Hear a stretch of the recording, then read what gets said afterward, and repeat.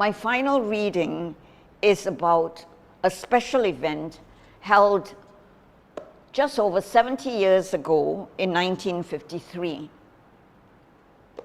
Not many Malaccans are aware that our hometown staged one of the biggest open-air theatrical events in 1953. This was the St. Francis Xavier pageant, the culmination of a 10-day celebration to commemorate the 400th anniversary of the death of St. Francis Xavier, the apostle of the East Indies. Now, St. Francis has a cherished place in the hearts of Malacca Catholics because he visited Malacca 5 times between 1545 and 1552. In fact, he saved the town from being razed to the ground by foes and by pest and famine as well. So this grand tribute was timely. Father Manuel Pintado, the parish priest of St. Peter's Church, came up with the idea of the pageant. Brother Michael Blaise of SFI stepped into the roles of artistic director and musical director for the production, and the pageant was performed under the auspices of the Malacca Historical Society. There was a huge cast and crew consisting largely of teachers and school children. They had 7 months of rehearsals, usually in the SFI quadrangle. Brother Michael Blaise oversaw the whole production from start to finish. As the premiere grew nearer, he worked on the staging arrangements and the lighting system. The pageant enjoyed the patronage of the Minister of the Portuguese Overseas Territories, Commander Manuel Maria Samanto Rodrigues. He made a loan of 60 period costumes worth $9,000 to Father Pintado for those who played the royal family and courtiers of Portugal.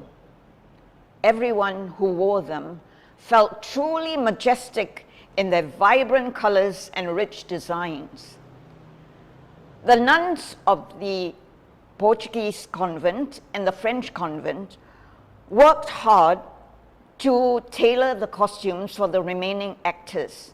They made sure that these costumes were also just as grand and ready on time. The pageant was titled The Missionary Life of St. Francis Xavier. It comprised 15 tableaus that reenacted scenes from the life of the saint and his ties with Malacca. There were also scenes from folk dances representative of all the communities in Malacca. Theodore Moisenac played the title role of St. Francis. Lawrence Minjut and his wife Helen played the King and Queen of Portugal. The SFI orchestra and the choir provided the musical accompaniment for the shows, which was staged at the British Residency grounds on St. Paul's Hill. The VIPs who attended included the Bishop of Malacca, the Minister of Portugal in Indonesia, the Swiss Council in Singapore, the resident councillor of Malacca, Mr. Wisdom, because it was his residency grounds which provided the venue for the large number of spectators. Each show would start at 5 p.m. with 37 loudspeakers in place and 12 sunk in the tennis courts, so that the audience of 5,000 for each show could hear everything.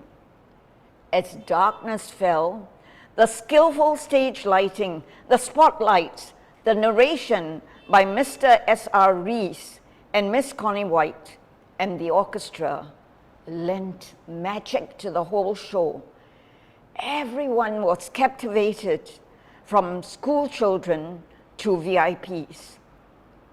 Brother Michael's organizational feat of commandeering a cast and crew of 1,000 people, yes, 500 players, an orchestra of 100 musicians, and a 400 voice choir. This awed many spectators, including the then High Commissioner of Malaya, Sir Gerald Templar, and his wife, Lady Ethel. To quote from Brother Michael's memoir, this is what Sir Gerald said: "Brother Michael, you are a leader. How did you succeed in producing such a marvelous play? I have never seen such a show, not even in England's biggest towns. And how did you join together a cast of 500 from all races and creeds to produce such a spectacular success?"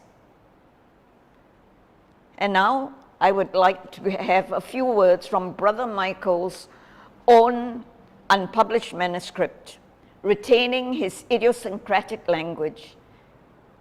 He was a Frenchman from French Canada. English wasn't his first language. But this is what he says: "Now is the day, 19th of March, 1953. First representation," he means performance. "This is especially for school children.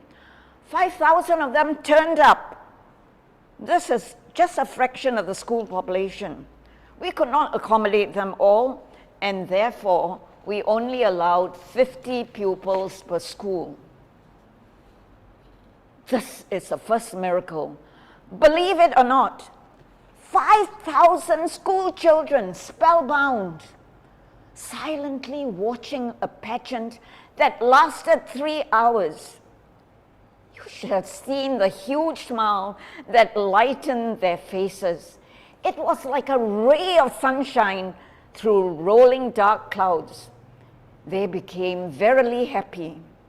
Among the audience were Muslims, Buddhists, Hindus, Catholics, all religions. And this was the first day without rain in the last 3 weeks. That is the second miracle." And that is Brother Michael's words. In conclusion, we may never see such an ambitious spectacle in Malacca again, but I dare say St. Francis would have been delighted that his zeal as an evangelist inspired such a show in our historic town.